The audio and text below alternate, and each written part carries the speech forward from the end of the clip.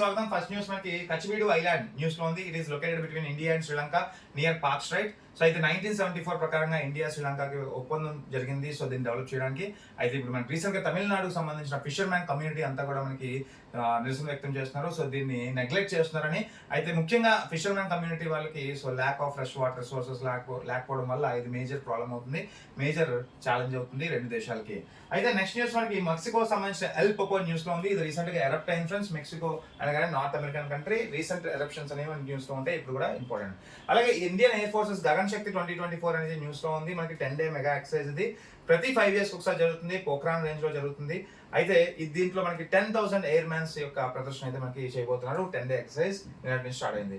అలాగే మనకి one of the professor Meena Charanda news లో ఉన్నారు. మనకి ఇక్కడ కలంది university Delhi professor, one of the principal. So ఈవిడికి ఇంటర్నేషనల్ కల్చర్ అవార్డ్ 2024 అయితే అవార్డు రావడం జరిగింది. ఇలాంటి వార్తల కోసం సబ్స్క్రైబ్ టు